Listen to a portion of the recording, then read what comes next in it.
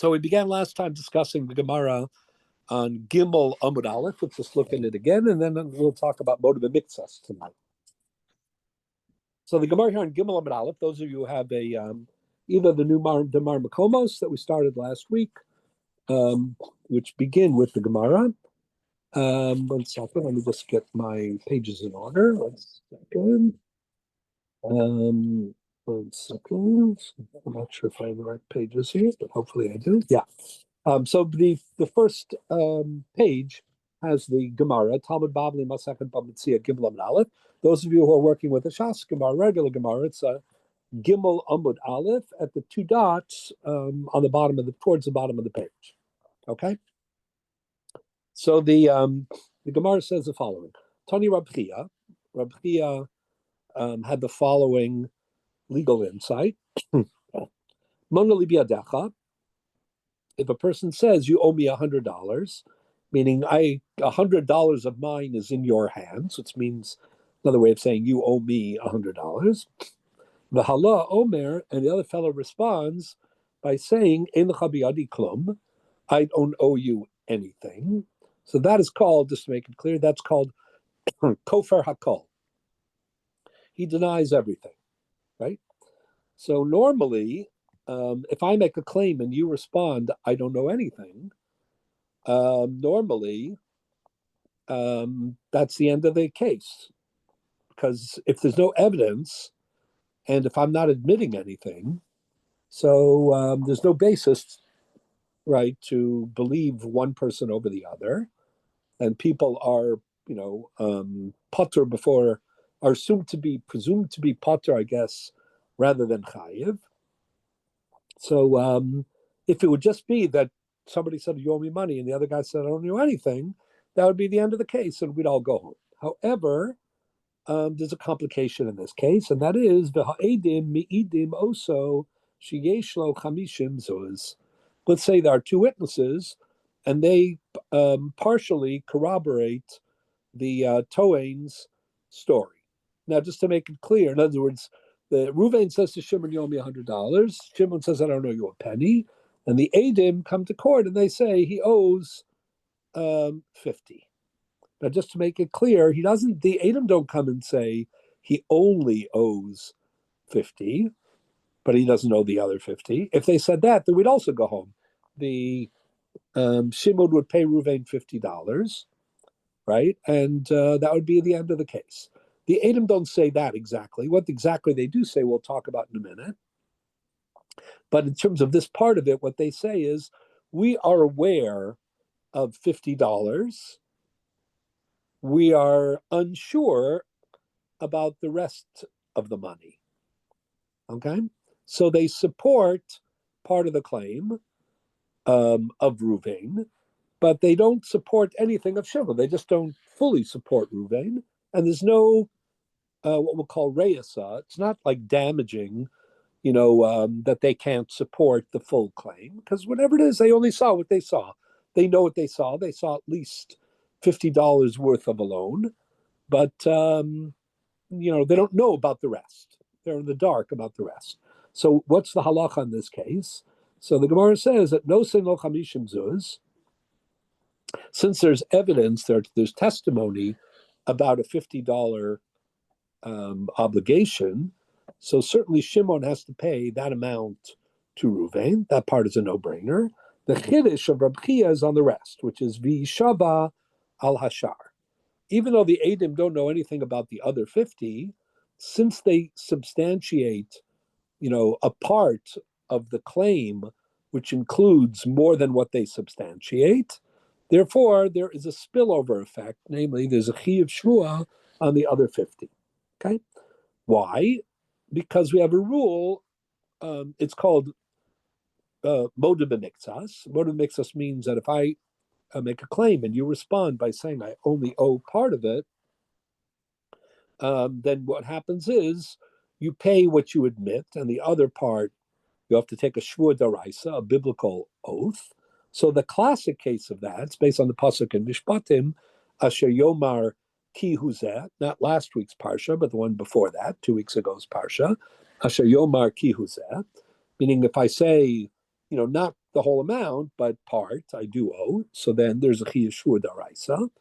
But that isn't a case of what we call hodas piv. That's a case where the guy admitted that he owed part of the money. If he denied everything, and the only reason we're getting a miktsas tashlumin, a partial payment, is because of the edim, so does the edim have the same effect? Meaning that beyond the payment on what they substantiate, there's also a spillover effect to be mechayiv v'shvua? So that is the question, and that's where Reb Chia came up with this idea that hodas edim should not be less than hodas piv as a factor. And just like in hodas piv, there's a spillover effect for shvua, so too in hodas edim, there's a spillover effect to be mechayiv a shvua. Shalot hey hodas piv gedola mehadas edim mikal v'chomer. Okay, that is the chiddush of Reb Chia.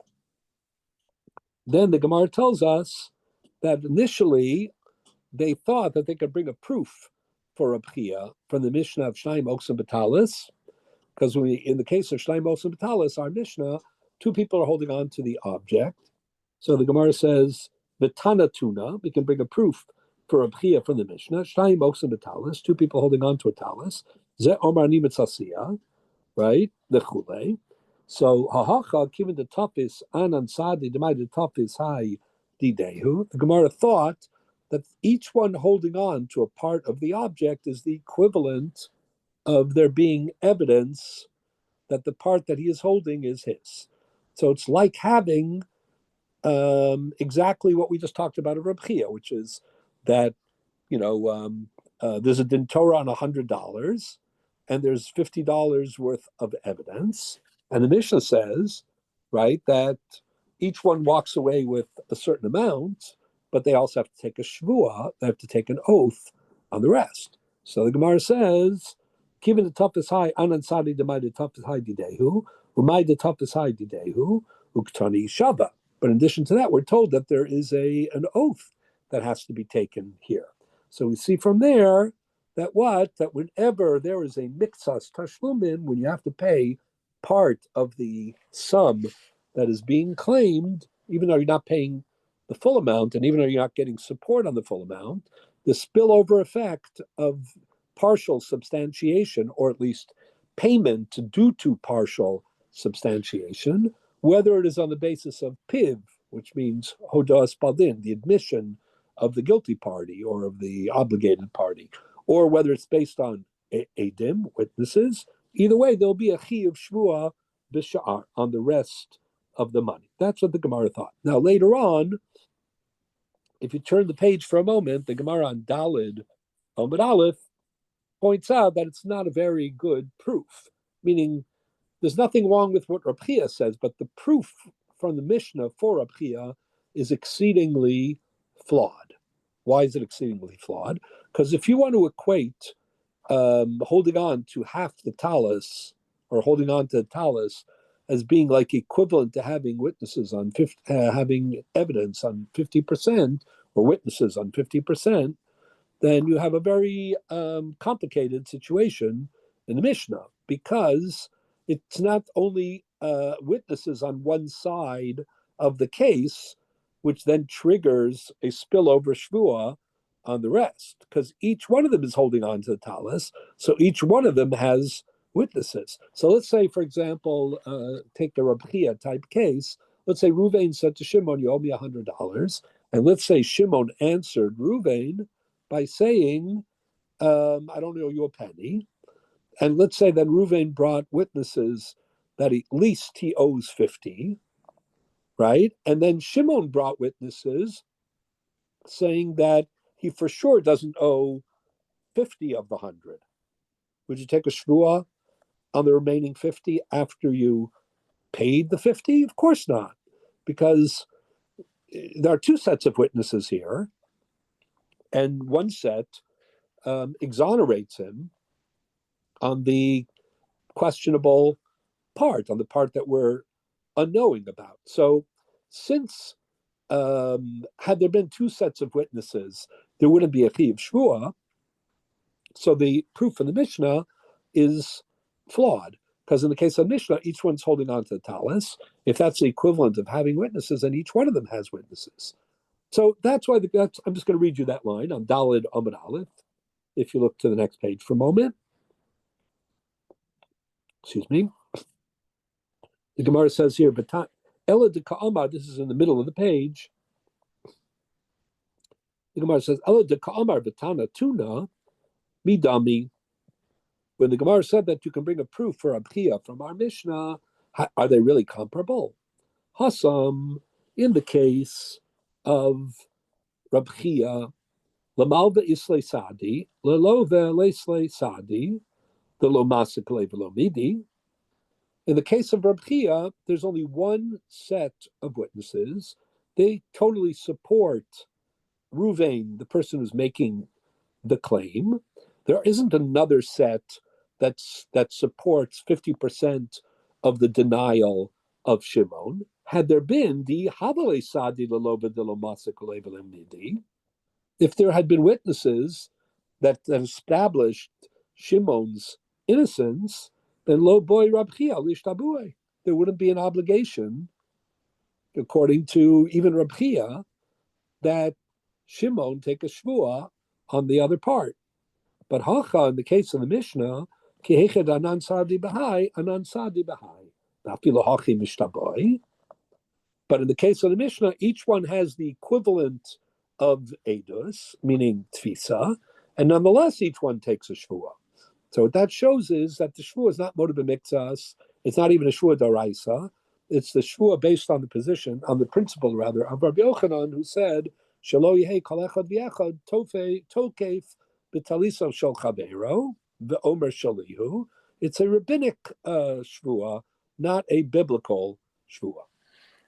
So the Gemara Daled Amud Aleph rejects the proof from the Mishnah. However, the view of Rabbi Chia, which is that you can substitute, a partial admission for Adim who substantiate half of the claim or part of the claim, that yesod of Rabbi Chia is still on the table. And whether we paskin like Rabbi Chia or not is another question. So the Gemara on Hey Amud Aleph, you just go there for a moment. The Gemara on Hey Amud Aleph quotes that there is another Tana who disagrees with Rabbi Chia. If you look here on Hey Amud Aleph for a minute, the Gemara says, Toshma, this is 3, 6, 9, 12. It's 15 or so lines down from the top of the page. If you're on Hey Amud Aleph and you go down like 15 lines, the first word on the next line is Toshma, Tof Shin. Everybody have that? Hopefully. Dalid Amud Aleph. Hey Amud Aleph. Hey Amud Aleph, and go down like 15 lines or so. You'll see the word ta. It's like a Rashi Tevos. Ta Shma, a Tof and a Shin. Everybody have that? I found it. Okay, Tushnei Avo. Toshma, the Tony Abua, the Rabbi Aptoriki, the father of Rabbi Aptoriki, right, said, Lidrab Chia, Kamaisa, right? Mana libiadacha balom are in the chabiyadi klum, but edim beidim also sheyesh biyado chamishim zuz, right? The exact case of Rab Chia, which is again a case where Ruvain says to Shimon, "You owe me $100." Shimon says, "I don't owe you anything." The Edom say that he owes 50. The question is, he has to pay the 50 because there's evidence. What about the other 50? Is there a chiyuv shvua daraisa, yes or no? So the answer is, Yachol, you might have thought Yishav al Ashar, says the father of Rab Apturiki to Rab Chia. Talmud Lomar Kol Aveda Asher Yomar Ki Huzeh Al Hadas Piv Atamechaybo V'Yat Tamechaybo Al Hadas Edim. That if there's a personal admission, then he admits that he owes part of the amount. That's called Asher Yomar Ki Huzeh, and that triggers a Shvua Doraisa. But al hadas edim, al hadas edim. But not if it comes, if the partial obligation or partial payment is a result of Edim and not Piv, then there's no such thing. And if it's the case that it's Piev and one Eid, is he still Chayav for Shavua?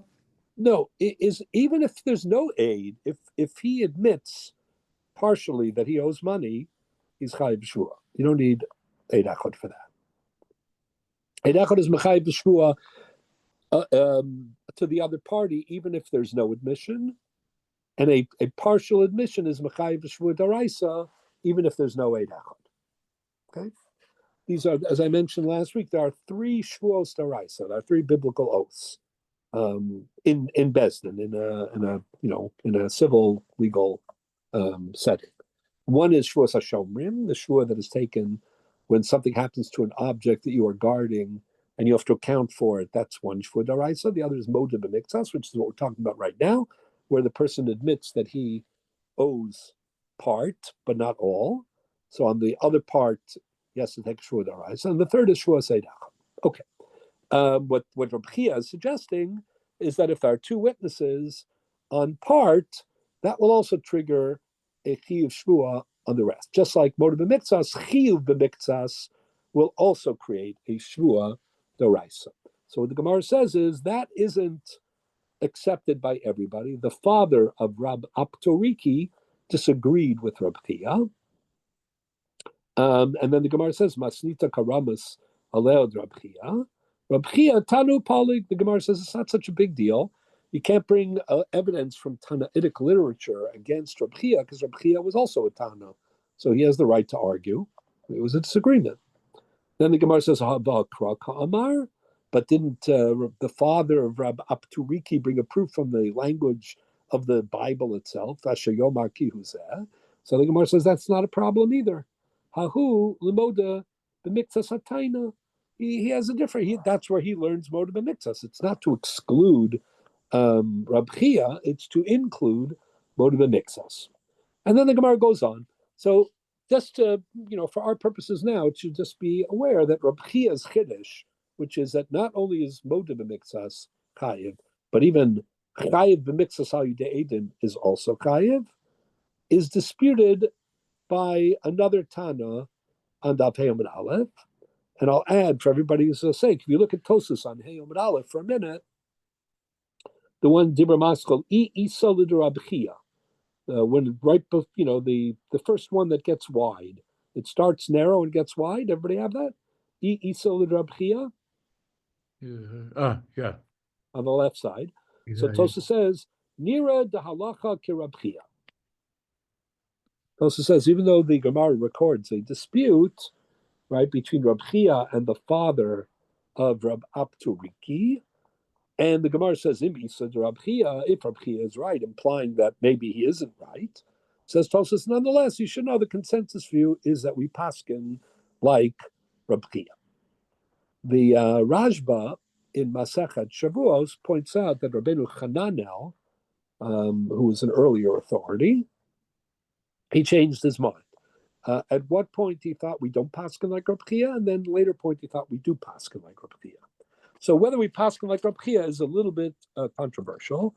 If you look at the Rambam in the New Mar Makomos that we have, this is going to be on page, not sure actually, on page, one second.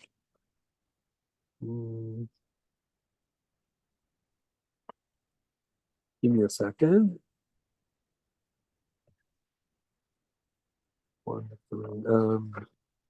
Page 4. Okay.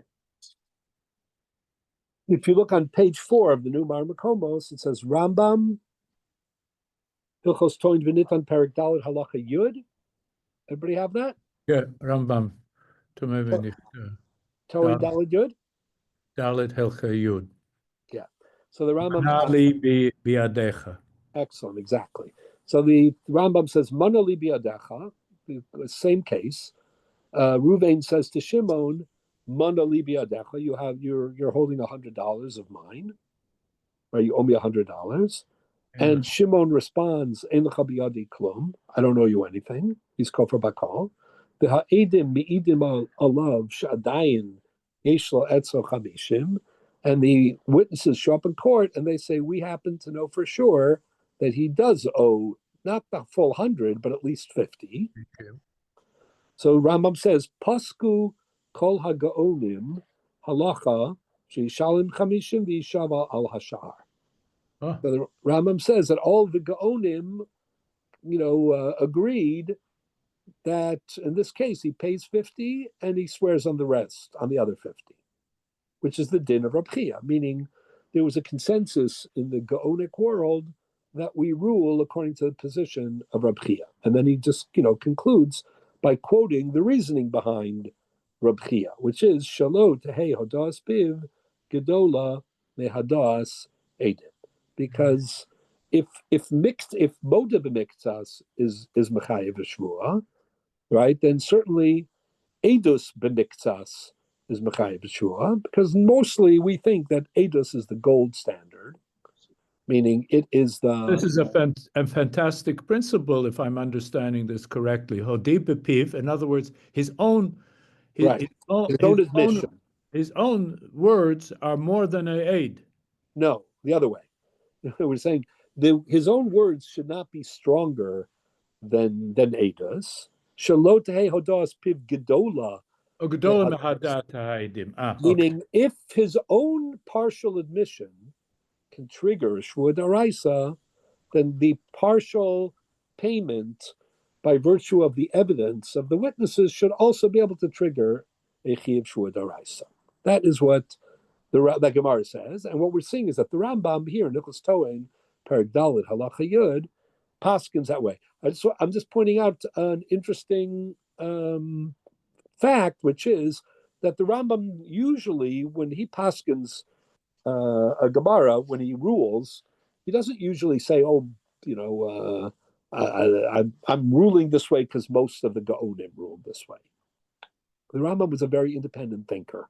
He will quote the positions of the Gaonim when he disagrees with them, but usually when he agrees with them, he doesn't imply that he is submitting to their authority. It's on his own authority that he comes to a certain conclusion. Again, this is not a substantive point, it's a stylistic one. But what it reflects is that the Rambam seems to have been a little bit reticent here to embrace the equation or the expansion of Reb Chia, namely that whatever works through Hodas Baldin, through admission, right, partial admission triggers a shvua, partial obligation due to witnesses also triggers a shvua. He seems to be reticent about that because it's very rare for the Rambam to say, this is how I rule based on the authority of the Gaonim. Okay? You should just be aware of that. We will see going forward, if not today, then hopefully Mirz Hashem next week, that the Rambam, discusses other expansion, even expanding the position of Reb Chia, the possibility of expanding the position of Reb Chia as well. Okay. So far what we've seen is that Reb Chia has a singular expansion of the principle of modem mixas hatayna chai b'shvua. There's a debate among the Tanaitic authorities. I mean, there's somebody who disagrees with Reb Chia.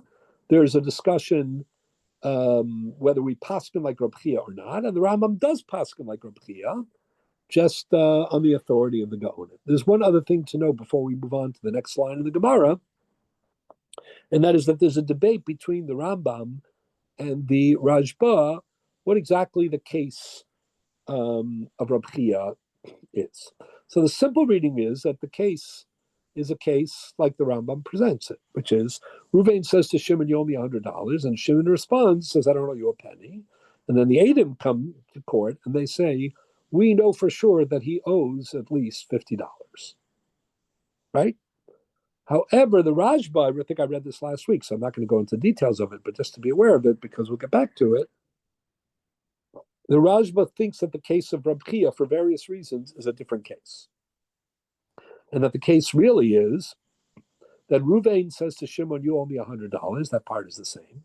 But instead of Shimon responding to Ruvain, I don't owe you anything, let's say Shimon instead answers and says, I didn't borrow anything from you. In other words, not that I don't owe you, I might have borrowed, but I pay back. But he makes a bigger denial.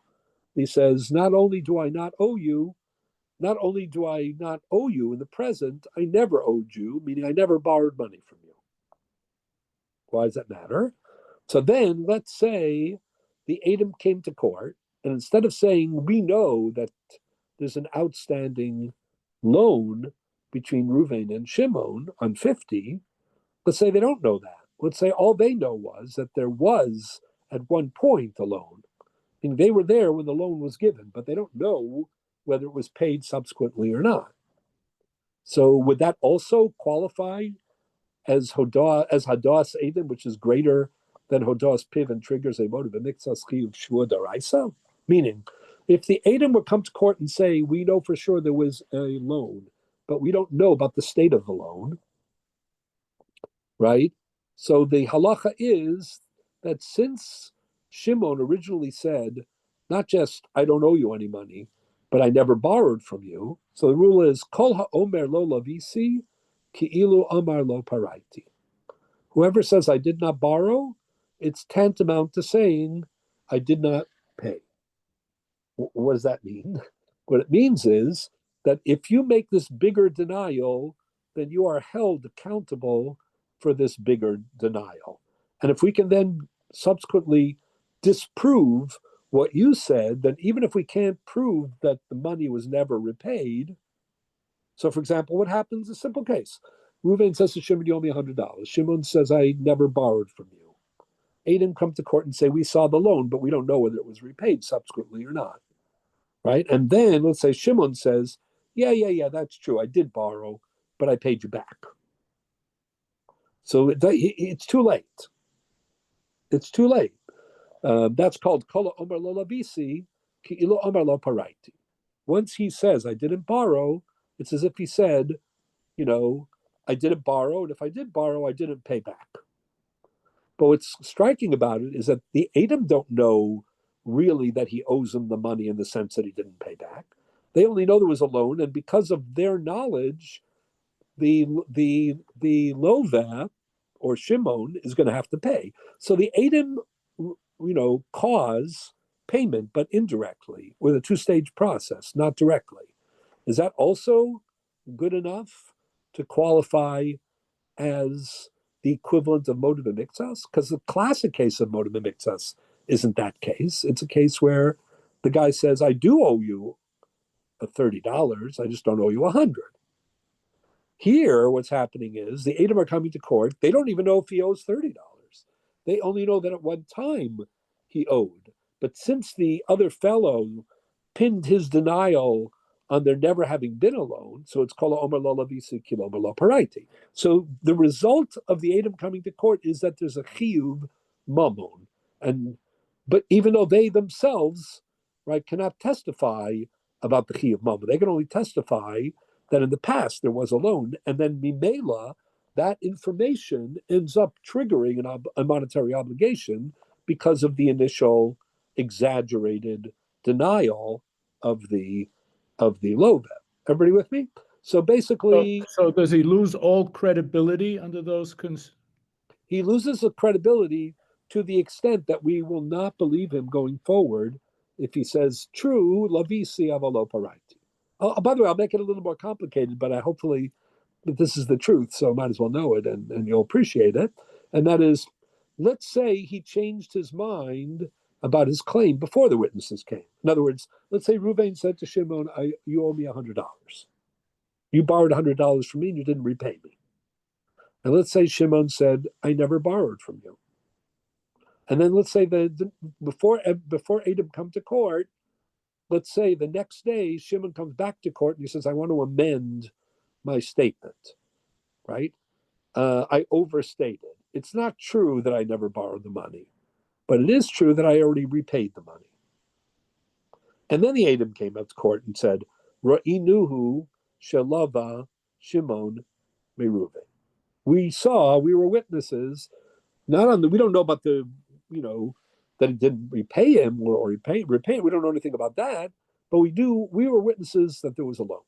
So that's called, choser miptur leptur, it's called, meaning since at the time when the baldavar, the nidon, the defendant, when he amended his statement, he amended it from one exemption to another exemption, right? Because either way, if he says, I never borrowed, and there's no further evidence, that's kofar hakol. He's denying everything. Even if he says, Lavisi aval parati, right, hakol, that's kofar hakol. So when he changes his claim from, I didn't borrow, to I borrowed but I paid, that's called choser miptur liptur. As long as in the intervening period there wasn't other evidence. If the Adam came before he changed his claim, then we say that's called huchsak kafran. And huchsak kafran, the rule is kol ha'omer lo lavisi ki lo omar lo paraiti. Whoever says I did not borrow, it's tantamount to having said, right, if I did borrow, I admit that I didn't pay. Okay? So the point is that for the Rambam, just to go back, the Rambam doesn't hold like the Raj, but look at the Rambam again. Monoli biadecha, Ruvain says to Shimon, you owe me $100. And Shimon answers, I don't owe you anything. Right? Unlike the Rajba, the Rambam takes the case straight value and says that the witnesses come and they say, we know for sure he still owes him at least $50. That's a more compelling comparison to Hodas Piv. Because in both cases, there's direct reason to think that the person owes the money, not just because he tripped himself up, by making a grandiose exemption claim, right? But according to the Rajba, Rabbi is saying a bigger chiddush. Rabbi is saying even if the Eidim don't really know that there is a continued obligation, if by virtue of what they do know, the Shimon will be obligated to pay, even if it's only based on his own hyperbole, or the combination of his hyperbole and the huchsak kafran, and the fact that he now looks like a liar because the Eidim tripped him up on his, overstated innocence. So even though the Eidim themselves don't directly know that he's obligated, nonetheless, their testimony contributes to his having to pay. Then it's tashlume miktas, and tashlume miktas is the equivalent of bodem miktas. Whereas for the Rambam, it's not just tashlume miktas; it's chiyuv miktas. Okay, so there is just to sum up, there's a chiddush of Rabbi Kiya. There's a debate in the Gemara whether or not we accept Rabbi Kiya. There's a debate in the Rishonim whether we paskin like Rabbi Kiya. The Rambam quotes the Gaonim of all people. Usually doesn't do that, to say, yes, we do paskin like Rabbi Kiya, right? But then there's also another argument between the Rajba and the Rambam, and that is to understand the case. According to the Rambam, the case of Rabbi Kiya is a very straightforward one. It's a case where the Eidim themselves directly provide evidence of the actual obligation. So it isn't just tashlume miktas mechayev b'shvua. It's actually chiyuv mamon be'edus, which is mechayev b'shvua. Whereas, according to the Rajba, for another reason that I don't want to get into right now, the Rajba's position is that the case is not so straightforward. The case is where the Eidim really don't know 100% that he never repaid, but the Eidim only established that there was a loan. The reason that's enough is because the case is one in which he initially denied even borrowing the money. And so it triggers what we call a kola omer lo lavisi ki lo omer lo paraiti circumstance. And therefore there's a payment. So the miktsas payment, the payment of a partial, the payment that substantiates part of the claim, even if it doesn't directly indict him for being guilty, but since there is a payment by virtue of this principle, that triggers a chiyuv shvua on the rest. Okay. What happens if Shimon says in court in front of Reuven that I would, if I, every time I borrowed money from someone, I wrote a shtar that and there are edim that come to court that confirm that in the past when he borrowed money, Shimon, he had a shtar. Not necessarily applicable to this particular loan, but in general. Right. So that I don't think that is sufficient to change the case. Meaning, what he did in the past is not, is not strong enough to establish that he's lying in the present. And therefore the absence of being able to produce either way when he has witnesses that establish that there was a loan, even without there being a contract. So that's always going to be enough. Okay. So now I want to go back to Gimel Amud Aleph. If we could turn back to Gimel Amud Aleph, and the Gemara wants to explain what is the real case of Moed B'Miktsas, so that we can continue to examine and explore Reb Chia's expansion. Okay. So the Gemara says we're here on Gimel Amud Aleph now. If you're following in the sheets, again, it's one second. It is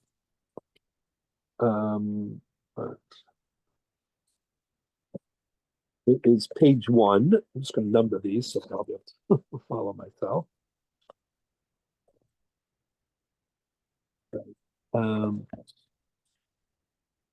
Okay. So yeah. So this Gemara that I'm about to read is the Gemara that appears in a number of places in the Talmud, which really defines the relationship. Why is it that Moed B'Miktsas, that if a person, partially admits that he has an obligation, why does that trigger a biblical oath on the rest?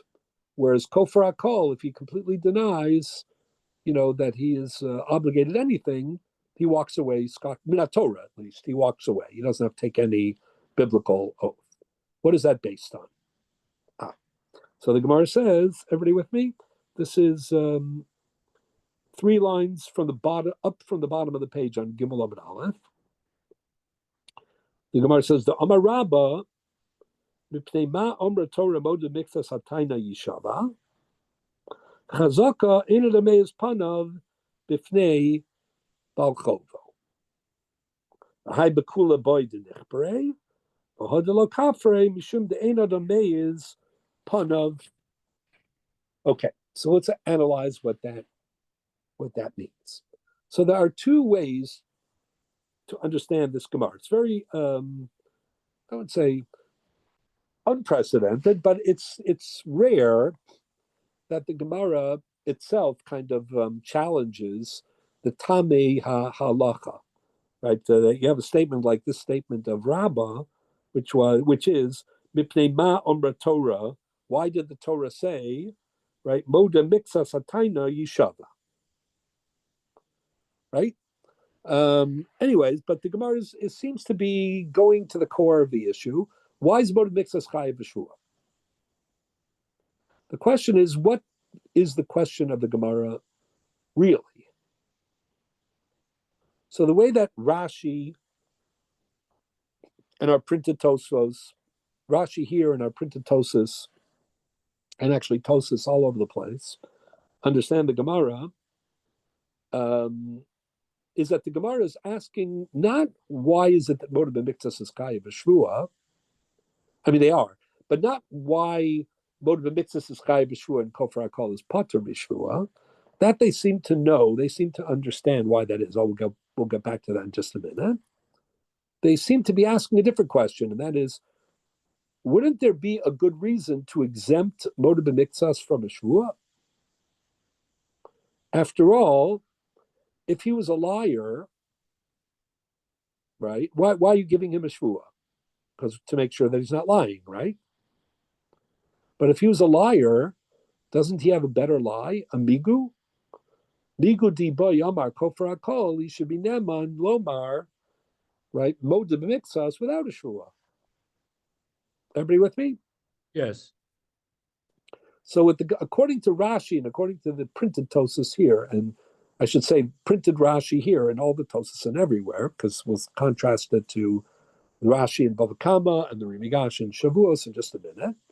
The question of the Gemara, when the Gemara says the words Amar Rabba mipnei ma Amra Torah modu miktas atayna yishava, what the Gemara is really asking is, why is modu b'miktas taking a shvua? Why don't you apply the principle of migu, which we talked about earlier in the year? Migu means I should believe you when you make a statement if you're a credible person. And how do I know you're a credible person? Because if you were a liar, you'd have a better lie. So if you bypass a better lie, right, for a worse claim, then I should believe you because it implies that you're an honest man, right? So that's how Rashi, you look at Rashi for a moment. Rashi says, Mipnei ma ombra Torah, v'lo chashvu k'meshev avedo lepatro shelo kafar b'kula. Why don't we consider it the same way that if like somebody finds an aveda on the street, let's say, he could have kept it. And he gives it back to the person and tells them what happened to it. So normally we say, it's called meshiv aveda, returning a lost item. Normally what we say is, we believe the fellow, because if he were unscrupulous, he didn't have to give it back. So give him the benefit of the doubt, not just the benefit of the doubt. He has, by virtue of the fact that he's returning the object, he has credibility, and therefore we should believe him. Why not say the same thing in Moed B'Miktas? Why does he have to take a shvua on the other half? If he was a liar, he could have just said, I don't owe you anything. Reuven says to Shimon, you owe me $100. Shimon could have said, I owe you 0, and he'd walk away. Instead, he says, I owe you 50, but only 50. And now we're making him pay the 50. That's fine. That's fine. He admitted he owes it. But we're also making him take a shvua on the other 50? Why? Why? Why don't we just believe him on the other 50? If he was a liar, he would have said, I owe you 0. Everybody with me? Yes. Okay. So this is also how Tosfos on our Gemara here reads the Gemara. If you look at Tosfos on the left side, Mipnei ma Omra Torah, right? If you're following on the sheets, it's the third entry, Tosfos Masechet Bava Metzia Gimel Amud Aleph Divrei Masel Mipnei ma. You can look at it either way.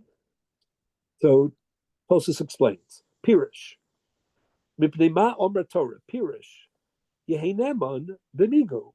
Why not? Why do you impose a shvua on this fellow for admitting that he owes 50% or 30% or 2 or 70%? Doesn't matter. The amount doesn't matter. Why do we, when he admits part obligation, why do we impose a shvua upon him? Why don't we believe him on the rest without a shvua b'migu? What's the migu? The iboy kafar hakol. He could have said, I don't owe a penny. So if he admits that he owes part, why does that impose an additional shvua on him? We should just reward him, or we should believe him, because he's obviously a credible person. Otherwise, he wouldn't have admitted that he owed 50. Oh, says Tosfos, neluk mihacha delo nemu migu bialma. Unless you think there's no concept of migu, right? But then from here, we should derive that there's no concept of migu. I mean, this idea that when a person has an alternative claim that is superior, and if he bypasses that superior claim, that should give him added credibility, that concept of migu, if it exists, it should exist here. That's what Tosfos is explaining. So if that's the Gemara's question, the Gemara is not asking, how come Kofar HaKol doesn't take a shvua? That's obvious. Why doesn't Kofar HaKol take a shvua? Apparently it's obvious, but what's the reason? So probably the reason is, as we'll elaborate later, because it's a taina bialma. And you can say this in two ways, and they probably overlap. Meaning, if I come to court and I say, you owe $100, and you say, what are you talking about? I don't owe you a penny. Right? So it's my word versus your word. And that shouldn't trigger a fee shua. Right? You're making a claim, and I'm making a counterclaim. There's no evidence one way or another. So there's nothing more to say. However, in the case of moda b'miktsas, right, the very fact that I substantiate part of what you're claiming, that strengthens the credibility of your claim. Whereas if I say you I owe you me $100 and you say I never met you, or I met you but I paid you back, or whatever it is, so you're dismissing me completely, and it's my word against your word. But if I say you owe me $100 and you say 50 but not 100, so we do have some past relationship, and there is some verification for what you said, a part, if not a full. So that's what Tosas, if you look on Tosas Daled Amud Aleph, which we'll get to later, Tosas says, in the case of moda b'miktsas, it becomes a taina chashuva. It becomes a significant claim. Whereas kofar bakol is not a significant claim because the person rejects it completely. So the Gemara here, according to Rashi and according to Tosfot, the Gemara here doesn't ask why doesn't kofar bakol take a shua. That's obvious to them. Like, why would he? It's one claim that's denied by the other claim. Instead, the Gemara wants to know something else, and that is, we understand that in moda b'miktsas you should take a shua because it's a taina chashuva, and therefore there, or to use the language of the Ramban, yesh raglayim b'davar, meaning by virtue of the fact that you admitted part shows already that there's something to my claim. So if there's something to my claim, and we can't just dismiss it as completely false and lacking credibility, so then that creates a chiyuv shua too. But the Gemara's question was a different question. That is, okay, right now where we are, there's the wherewithal to create a chiyuv shua. But there's also the wherewithal to be poter, to exempt the shua. Why? Because of the migu. Because if I was dishonest, on the one hand, you have a taina chashuva, but on the other hand, I have a defensive claim, and that is my migu. If I was a liar, I have a better lie. By bypassing a better lie, right, that shows I'm honest, and if I'm honest, then you should believe me without a shua. So what's the answer? So if you look at the Gemara, that's the next line in the Gemara. So that's what these lines mean. According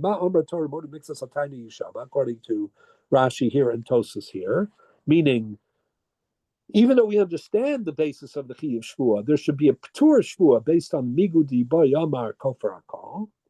And what's the Gemara's answer?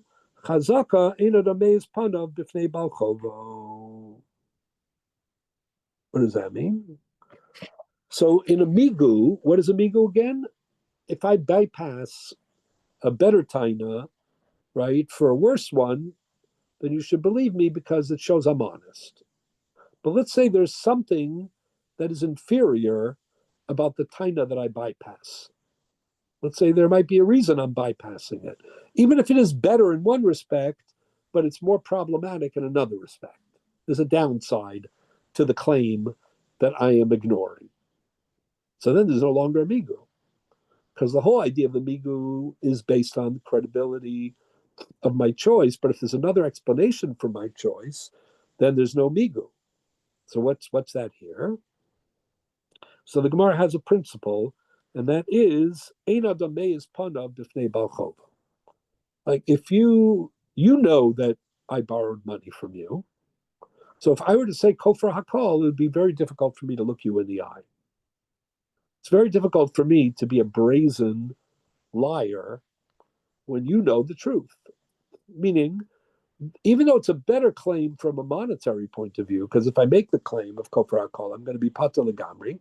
I'm not even going to pay the 50 or the 30 or the 70. Never mind the shua. All that is true. But there is a downside psychologically.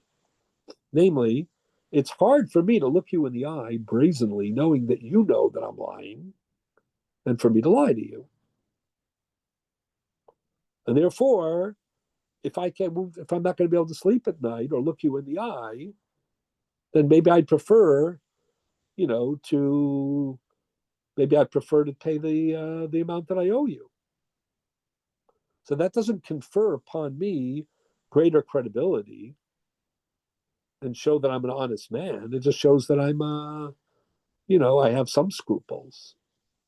and that psychologically, it's better for me to tell the truth than it is to lie. So it doesn't prove my honesty. So if that's the case, then there's no Patur Shvua. There's no Patur Migu. That's what, if you go back to Tosas, that's how Tosas reads the Gemara. So the answer is, go back to Tosas for a minute. Pirish Yehinema B'migu Diboy Kofar Akol. Onelef Mehachar, learn from here, the Lo Nema Migu Bialma. Ubeshani, that's when the Gemara gives the answer. Ein ze migu. This isn't a proper migu. The Eino de Meis Panov Lachbar Hakol Ho the Chavero Makir B'Shikro. He knows I'm lying. And hopefully, there is there's a threshold of social, not social even, some level of morality, that undergirds, this discussion in the Gemara. And that is that people are not going to it's not going to be easy for them to brazenly lie, to look somebody in the eye who knows you're lying and to lie to them. Right? So, Hoil b'chaveru makir b'shikro, avo b'mokom sheyochel lahois. What would happen in a case where it would be easy for me to lie because the other person doesn't know one way or another? Says Tosas. Could go bibno the Omar Mona Labicha Biyadi, right? The Chaltiv Pras Neman Bemigudi Kofrakol Kidi Isav Perik base Diksubis. So Tosa says in the second parak of Ksubis, you have the following case. Let's say a person comes to court and he says, my deceased, father, Monol Yabicha, right, Biyadi. Let's say the guy comes to court and he says, I owed your father $100, V'achaltiv pras, but I repaid part of it. So his amigo,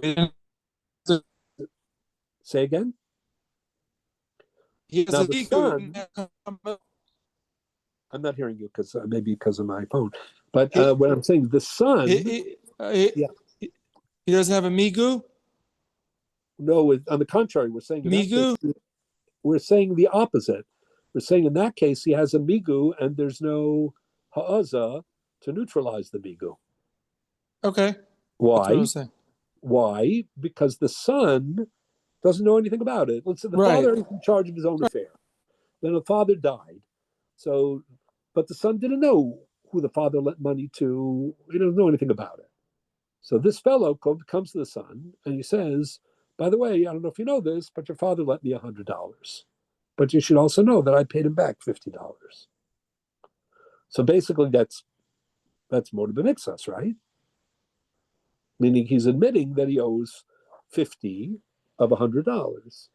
So normally that would trigger a shvuas moed b'mixas d'oraisa. However, says Tosos, here there's no factor of einanemeis pona b'fnei balchovo because the son didn't even know that there was a loan to begin with. He could have just been silent. He didn't have to admit anything. So here it is moed b'mixas, but here there's a migu di bayomar kofar akol, says Tosos. So that's why Omer Mona Lavicha Biyad. This guy comes over to the son and he says, by the way, I owed your father $100. The chaltiv pras. However, I also had him over in my restaurant and I served him a big meal, so all I still owe him is $70. So what Tosa says is Neman b'migu dibai kafar akol k'di isa perik beis niksuvas u beperik shvuas hadayanim. So in that case, there's it's even though he's moed b'mixas, there should be a migu that's poter him mishvua. All right. Then Tosis goes on to ask, Vim Tomar Kofar Hakol Minolam de Patur. How do you know that Kofar Hakol is not Chayiv Shvua? That's what I was referring to before. The Ein Lomar Bitam chazaka in the meis panov. You're not going. What are you going to say? That the reason kopra kol is patur is because if he were not telling the truth, he wouldn't have the chutzpah, right, to completely deny that he owes, that he owes money. The guy says, "You owe me $100." He says, "I don't owe you a penny." Well, we have this psychological chazaka, which is ein adam meis panav b'fnei balchovo, that if somebody is aware that you owe them money, it's psychologically difficult for somebody to lie. So maybe you could explain, and we'll see, this is the view of Rashi in Bava Kama and the Ri Migash and Shavuos, we'll see in a moment. Maybe you could explain that really, even on a taina bialma, right, not a taina chashuva like moed b'miktsas, but a taina bialma like kofar hakol, where I say, you owe me money, and you say, not at all. So it's, he said, meaning it's, two completely different, mutually exclusive claims.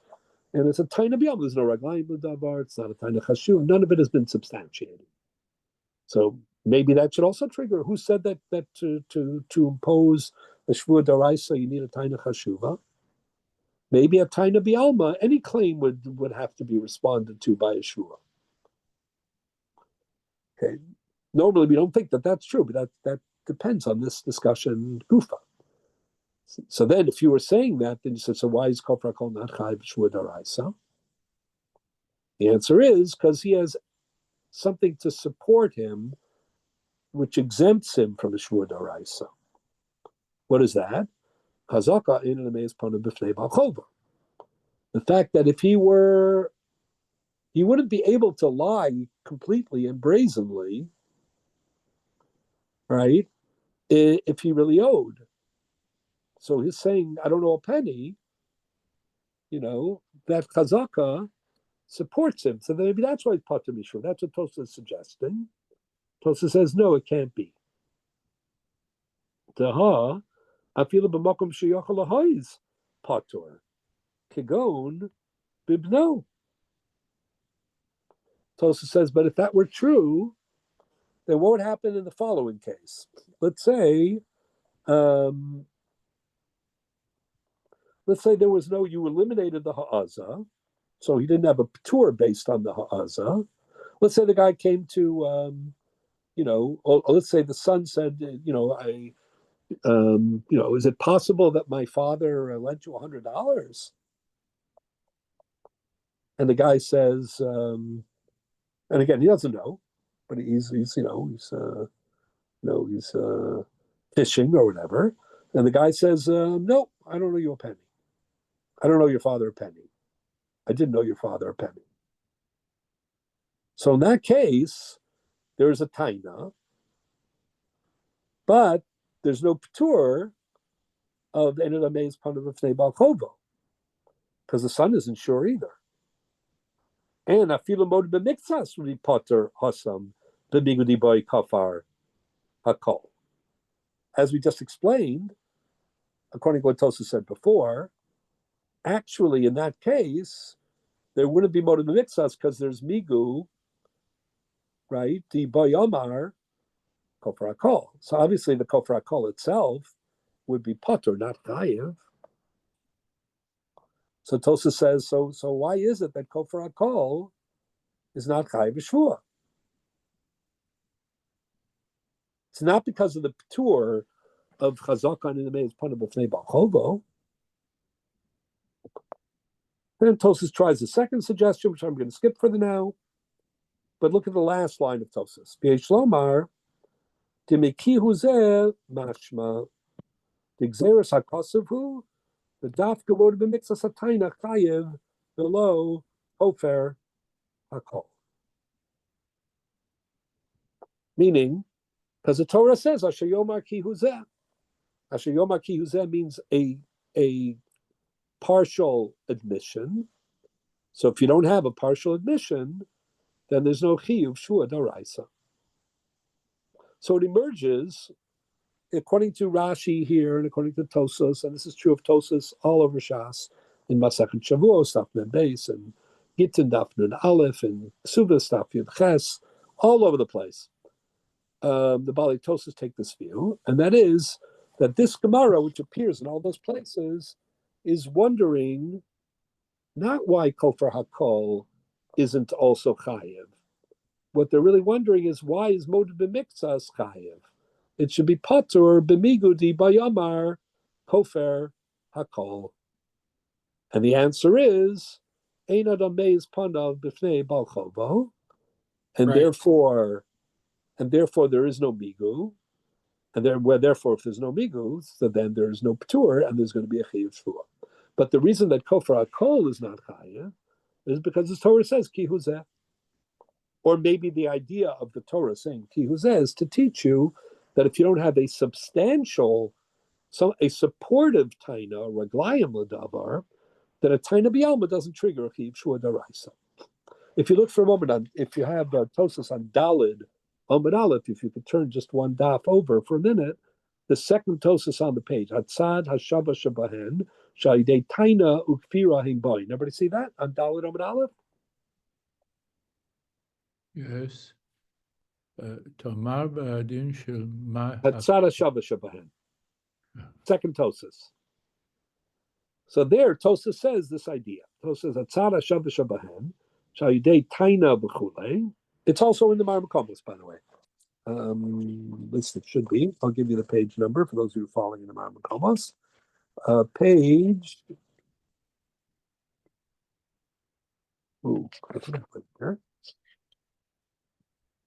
Look at page number, unless I forgot. Always possible. But I definitely have to put it here. I should have put it here. Let me just look one more minute.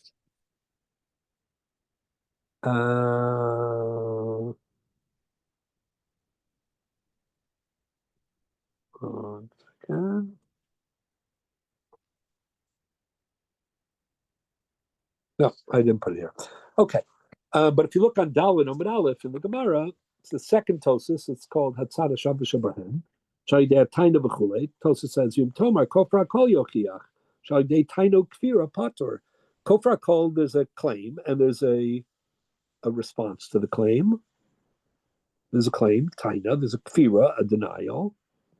How come there's no Chiyuv Shvua in that case? It's the same question Tosas and Gimel Amud Aleph. They're revising the question. But here Tosas gives whereas on Gimel Amud Aleph, the last line of Tosas is that it's Exeris HaKasuv, Asher Yomar Ki Huzeh. Here, Tosas gives a different answer. V'yesh Lomar, Di B'hatzad Hashava Shabahen, Yesh Taina Chashuva. Tosas says in the case of Moed B'Miktzas, the claim is a partially substantiated claim, which gives it more stature. Or for example, Eid Makrisho, right? Nearer the Mishaker. Meaning, if I say you owe me 100 and you say I don't owe you anything, right? Then this claim, there's nothing to substantiate the claim other than my word. But if you admit that part of my claim is true, or a single witness or two eidim for a b'chia support part of the claim, then that makes us a taina chashuva, or raglayim l'davar. And if he says, yes, I borrowed, but I returned all $100, so I owe him nothing now. Right. That's kofar bakol. Is that still Miko? Migu? No, that's kofar hakol. That's pater Kofar hakol. Even though he said, yes, it's true, I did borrow. It's true that I borrowed, but it's not true. Yeah, but he's saying I paid you back. There's no liability. Correct. So that would be a full kofar hakol. By the way, there is an interesting. Your question's a good question, though. We have a shvua drabanan called shvuas heses, that even a kofar hakol takes a shvuas heses, but that's a rabbinic oath. But there's a debate in the Gemara and Shavuos whether or not it applies in all cases of kofar hakol, or whether to distinguish between two types of kofar hakols. Exactly what you just asked. Namely, one kofar hakol is I never borrowed from you. The other kofar hakol is I did borrow, but I repaid.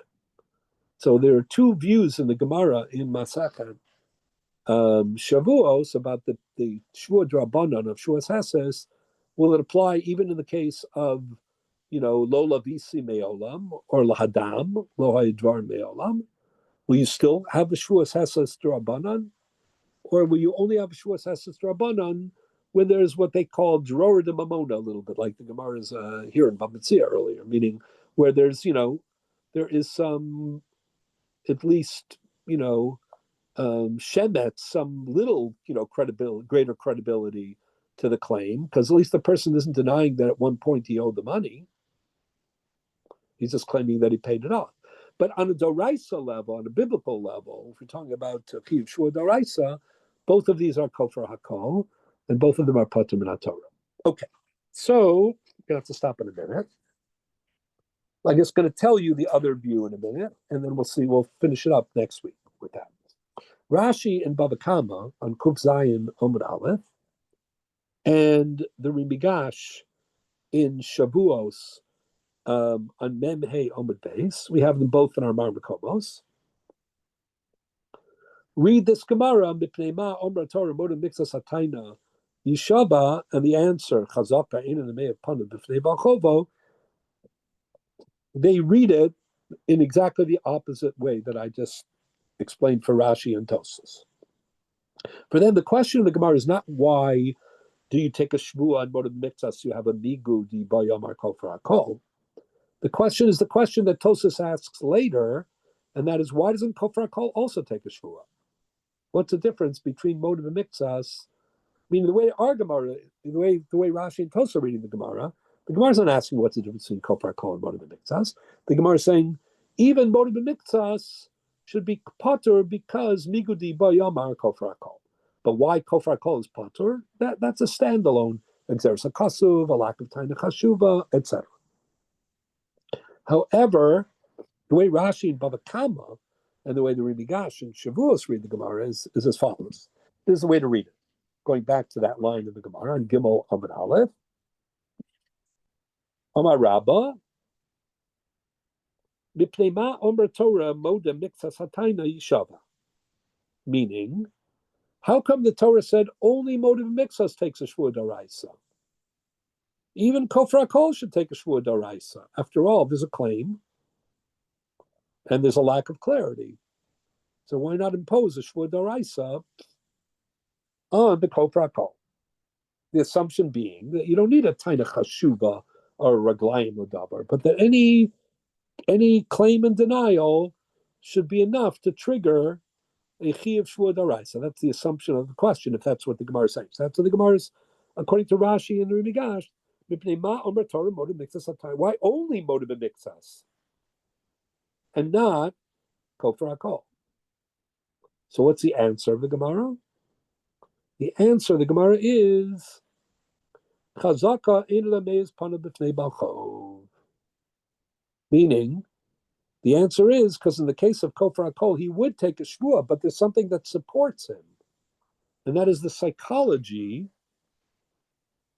right? That he's not going to be able to deny the whole thing if he's really guilty.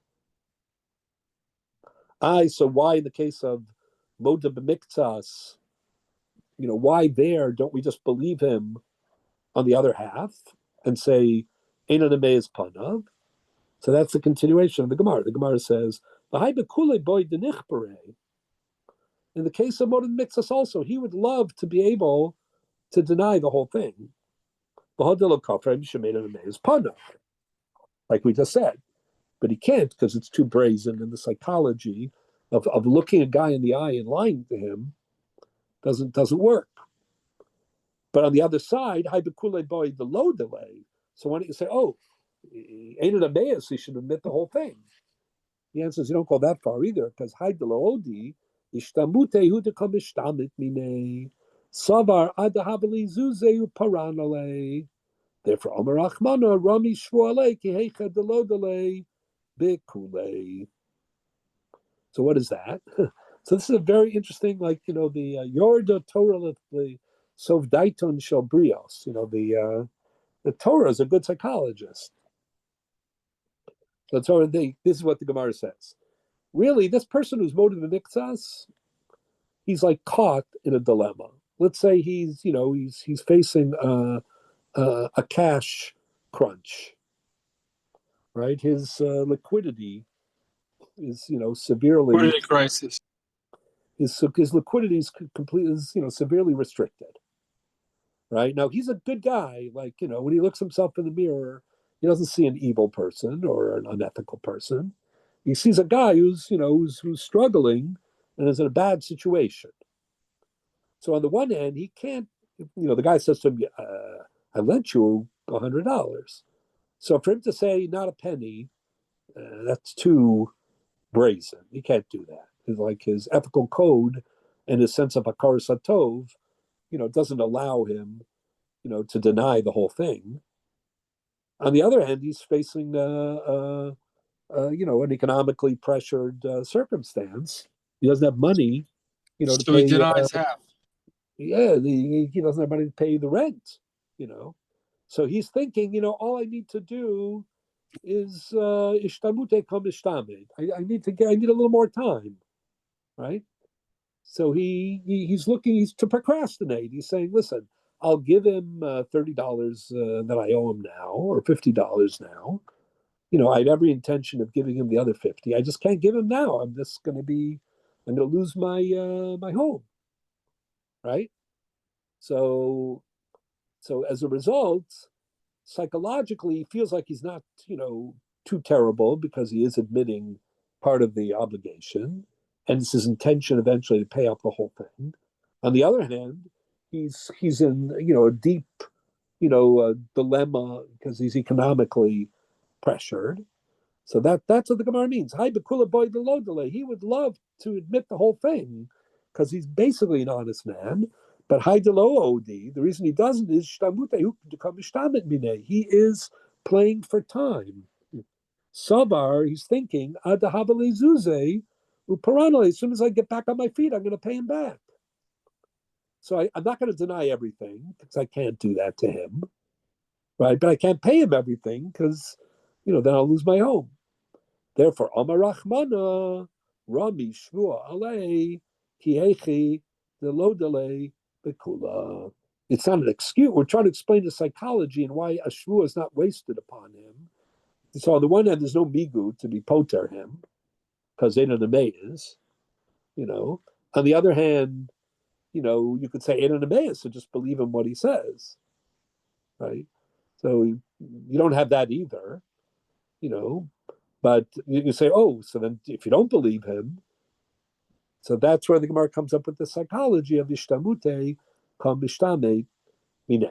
So what I'm going to do is next week I'm going to read the Rashi and the Rimigal. Let me just tell you what's at stake a little bit here. So there are two opposite ways to read the Gemara, just to sum up. One way is the way Rashi here and Tosas all over the place read the Gemara. Most Rishonim read the Gemara.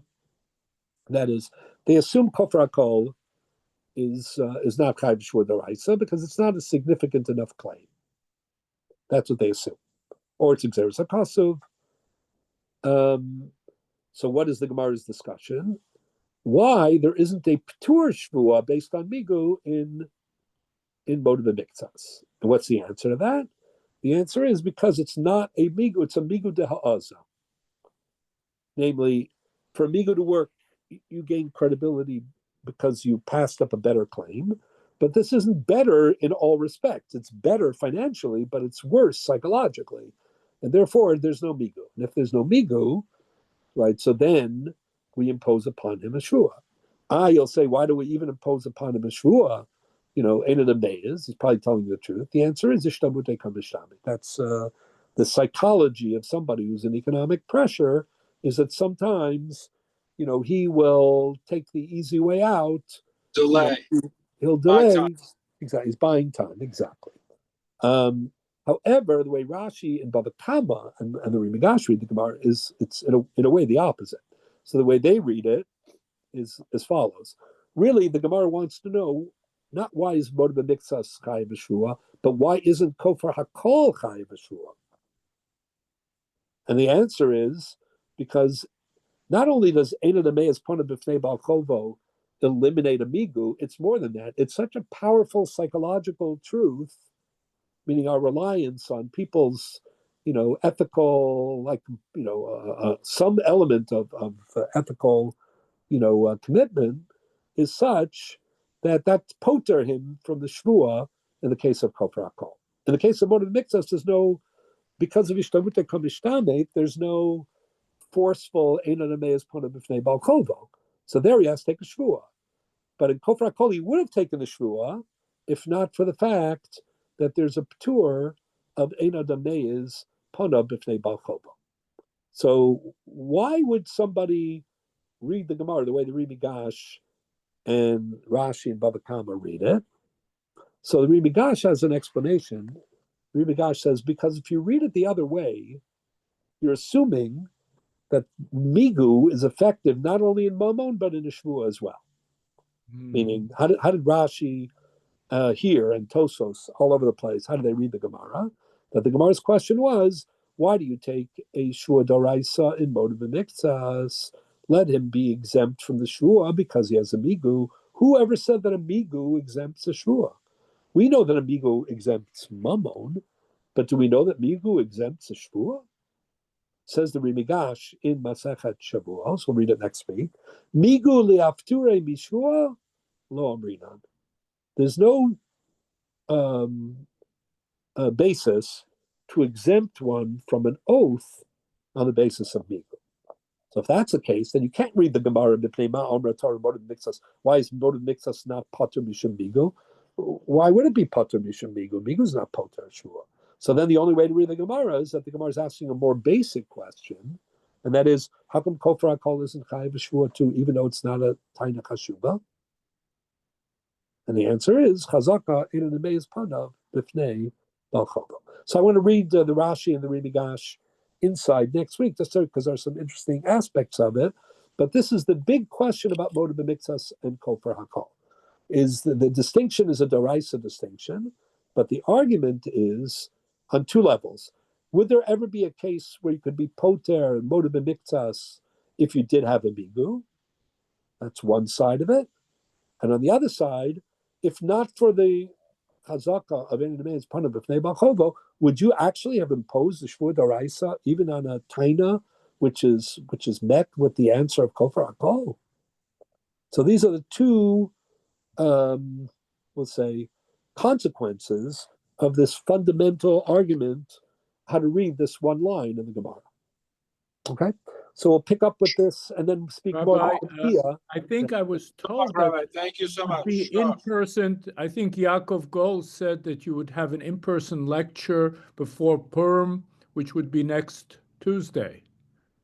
Unless I'm we didn't discuss it, but Yeah. Rabbi, are you open to that? Oh, You can get back to us. I'll get back to you Before because Pesach, for sure.